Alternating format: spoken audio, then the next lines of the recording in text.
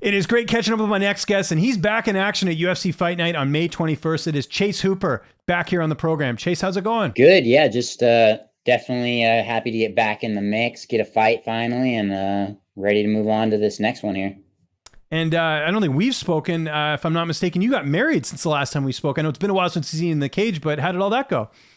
Yeah, it's been good. Hasn't changed too much so far. She's been living with me for a couple years now, anyways. But taxes were great this year, so I can't complain. There you go. Was there any nerves at all? I mean, you've been with someone for so long, but you never know on the big day, right? You just want everything to go well. Yeah, no, I think too many people were hyping it up. They're like, "Oh, you're gonna cry. You're gonna fucking all this and that," and I was just like, "Nah, not. I don't think so." And then like neither of us, we were both pretty chill about it, so it's all good. That's good. Did you guys end up doing a honeymoon, or is that going to happen later? Yeah, no, we went to it was perfect because it was right after the fight, so I was able to go to I think we went to Disney World for a couple days and then we went to Belize. It's a Oh, good time. cool. Yeah. Yeah, some tropical spot. That makes sense. We haven't seen you since June of last year. I know one of the things you and I have talked about is like not needing to rush back into fights. You're still sort of learning on the job, so to speak, because you're a young guy, man. Like I get it. Was this the right amount of time off, or are you trying to get a fight in there a little bit sooner? Yeah, so I was trying to fight quite a bit sooner, but it's just on like UFC schedule.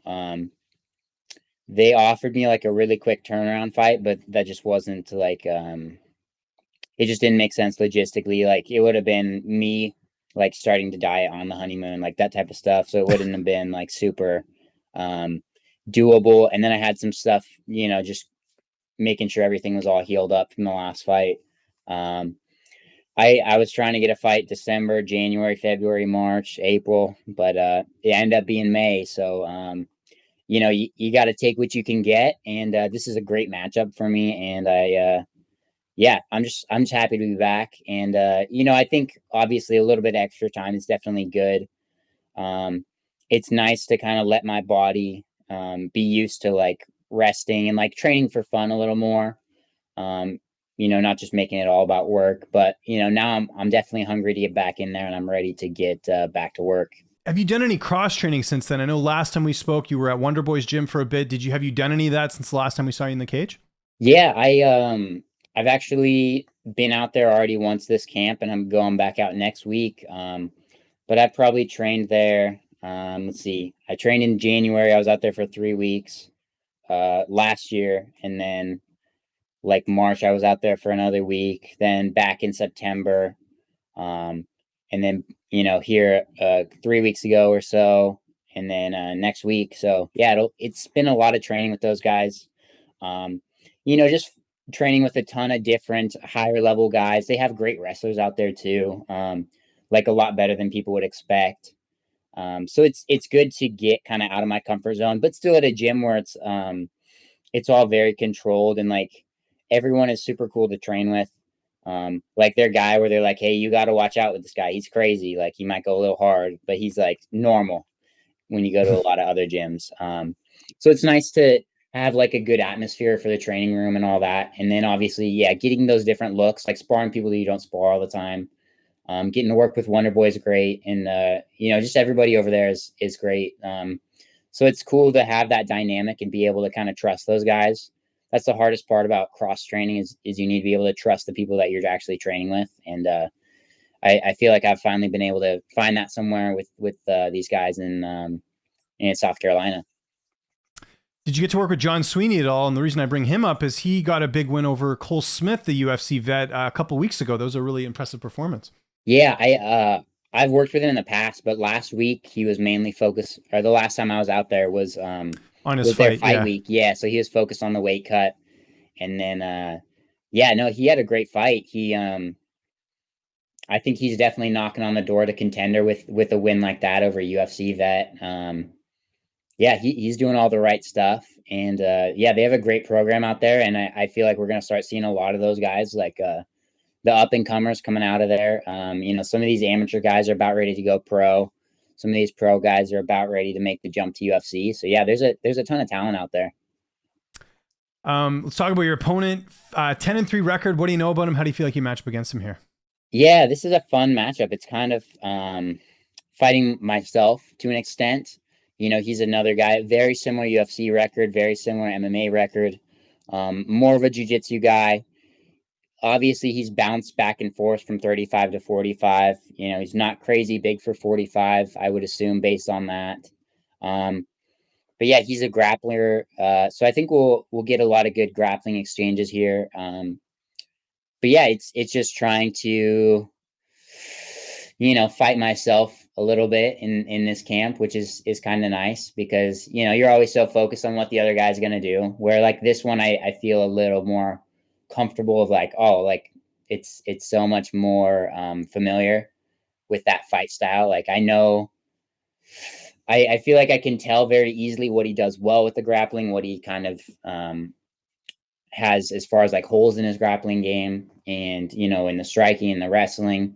So I've just been trying to work on all that and trying to win the fight wherever it ends up going, whether it stays on the feet, whether it's more clinch stuff, whether it's on the ground. Yeah, just trying to win the fight in all aspects and just really work on improving myself as a fighter and not focusing so much on who the opponent is because that's such a small window where like that person matters to you and then so it's just trying to have myself as a more well-rounded fighter to begin with and then just fighting whoever they put in front of me.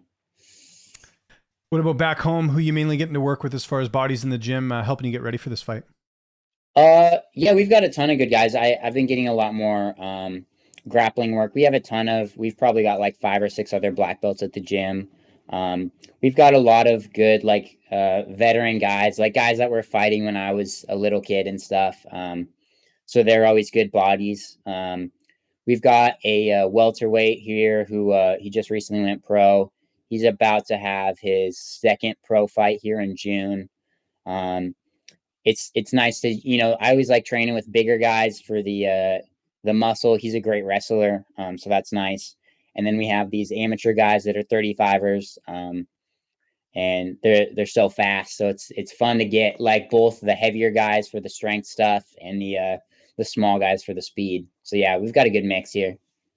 How crucial is it to have those up and comers, the amateurs, these guys in the gym, not only to give you the different look, but these guys are hungry, right? They're still trying to prove themselves, and you're getting that extra push that maybe you wouldn't get from some guys who are, veterans. Not that they're lazy, but you get these guys who are a little bit more hungry. How crucial is that? Yeah, definitely. There is like a really big difference. And you'll see it when you go to other gyms or, even at your own gym, you'll see the guys that aren't fighting anymore, they're doing it for fun. Like they're just there to have fun and hang out and get a workout in. But it is fun to train with the people that are trying to be killers right now. They're trying to get ready for their fights. Um, and it's just a really good back and forth atmosphere when you can get those people that are have a similar goal to you. Whether it's on the smaller scale or not. I was in their shoes, a couple years ago. So it's cool to be able to watch them come up and help them and then have them help me. It's just finding the guys that are consistent and helping them out because they're going to help you out. And yeah, just getting that really good back and forth bit of like rapport and like ability to kind of beat each other up. It's nice. Who's going to be in your corner for this fight? Same guys as usual. My coach Jeff Hoagland will be in my corner for sure. He's always the head guy. And then I think we'll have my teammate Shane. He's a welterweight.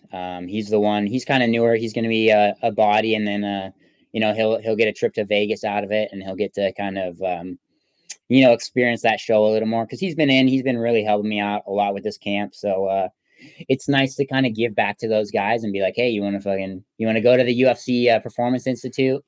Yeah. On me, you want to fucking go to a UFC fight and get to corner and all that. So it's cool to give back to those guys and kind of reward them for like sacrificing the time and putting the time in the training room. So and he's a good body. He's great to train with.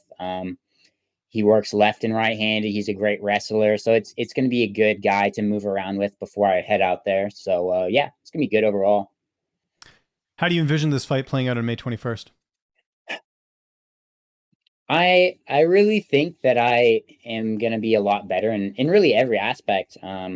Even in my grappling, I think it's gonna be a step up from what it was for the last fight. I don't the last fight bothers me so much because I feel like I should have beat him, but just whatever factors were at play that night, I just everything didn't click, whether it was mental or physical or whatever. I just didn't perform the way that I feel that I could have, or the way that I should have. So it's making those improvements, getting stronger physically, getting stronger mentally, faster, better cardio. Just it taking a loss really puts that chip back on your shoulder and gets you back into training mode and like getting ready for a fight pretty quick. So I really feel that I kind of have nothing to lose with this fight. It's either I win or I don't have a job anymore. That's kind of my mentality going into it. So I'll really do whatever it takes to win. And regardless of the outcome, I can hold my head up high and know that I put the work in for the last 9 months. Yeah, I know. I feel really confident about this fight though, and it's really a super solid matchup. I feel like I should be better than him everywhere. I'll be longer. I'll be probably heavier still. I think I just have a hard style to grapple against. So we'll really see how that turns out here in May. But I'm feeling really good about it. Not too nervous or anything. But yeah, we'll see.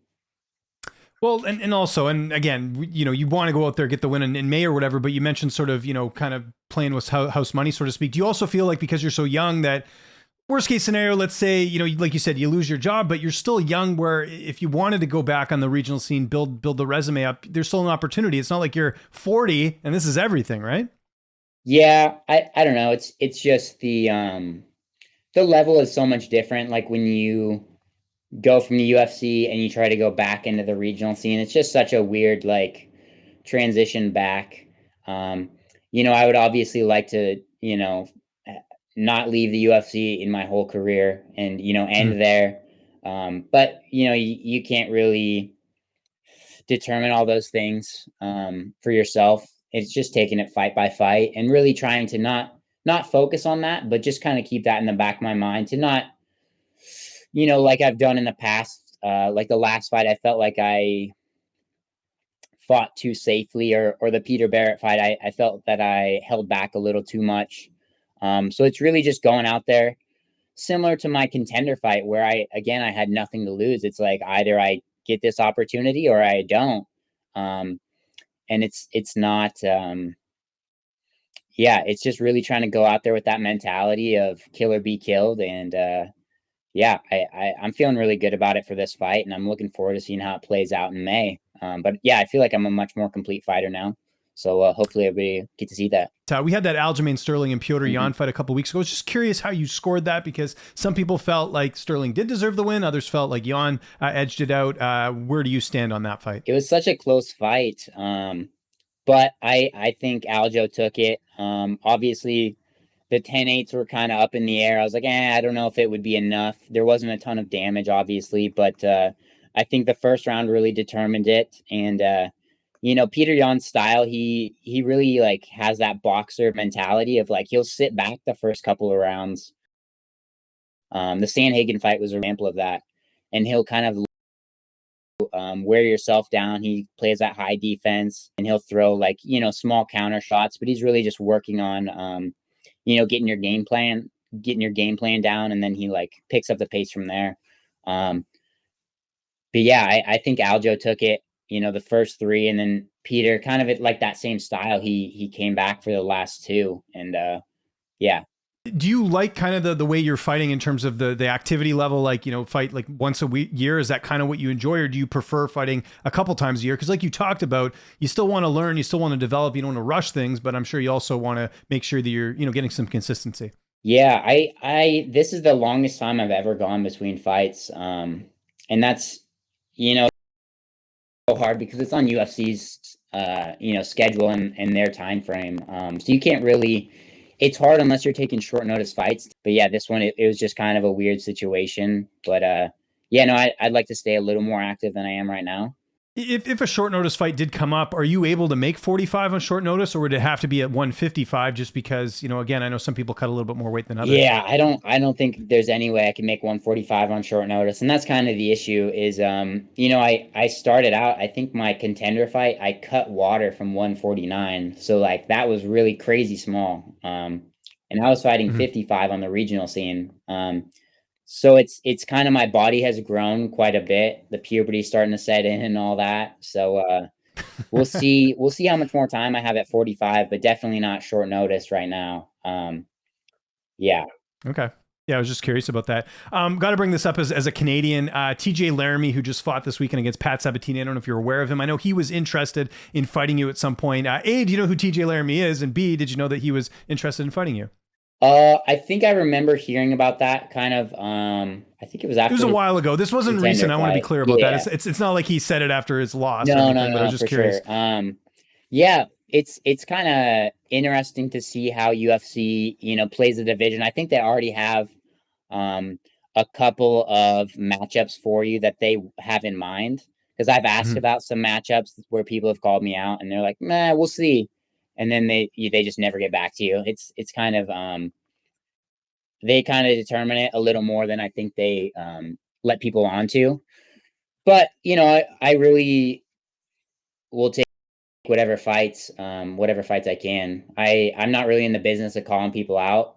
Mhm. I understand the people that do, especially someone like myself. Like, there's a really large upside versus like the downside. Like, if I were to beat someone like that, it'd be like a submission or something like that. Like, you're not going to get brutally knocked out.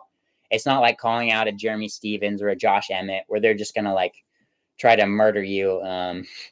That's like not my style. So it's a huge payoff if you do beat me, but not so much if you like not so much of a negative if you take a loss, that type of thing. But yeah, is what it is. That's kind of the sport we're in, and I'm just really trying to focus on the next fight. It's trying to Yeah. keep your head down and have that kind of predator mentality, just keeping your eyes forward and focusing on that, and letting the next obstacle come once you complete that one, and yeah, we'll see, Okay. how it plays out. Well, you must be doing something right if people are trying to call you out, right? Which is always good. Okay, my last question. Downtime. I know you're a married guy now, and not that like you said changes too much, but what is downtime looking like? Any TV shows you're getting into? Any video games? What have you been up to? I've been streaming a little bit on Twitch, playing some Escape from Tarkov.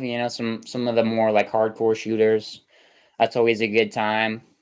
Uh, just watching whatever shows the missus wants to watch. Got to put time into that. I understand for sure. And MMA Twitter, you're still pretty active on there. I like seeing your tweets, and it seems like you're getting a lot of engagement. That seems to be going well too. As far as keeping you, sort of your name in the industry. Twitter, you can just kind of like have fun a little more and like have a good back and forth with people. It's so much easier and more low key. Yeah, I think I like it more. And I was like interviewing you, Chase. Thanks for the time, man. UFC Fight Night, May 21st. If there's anyone you want to thank, any sponsors, any social media you want to plug, I'll give you the last word.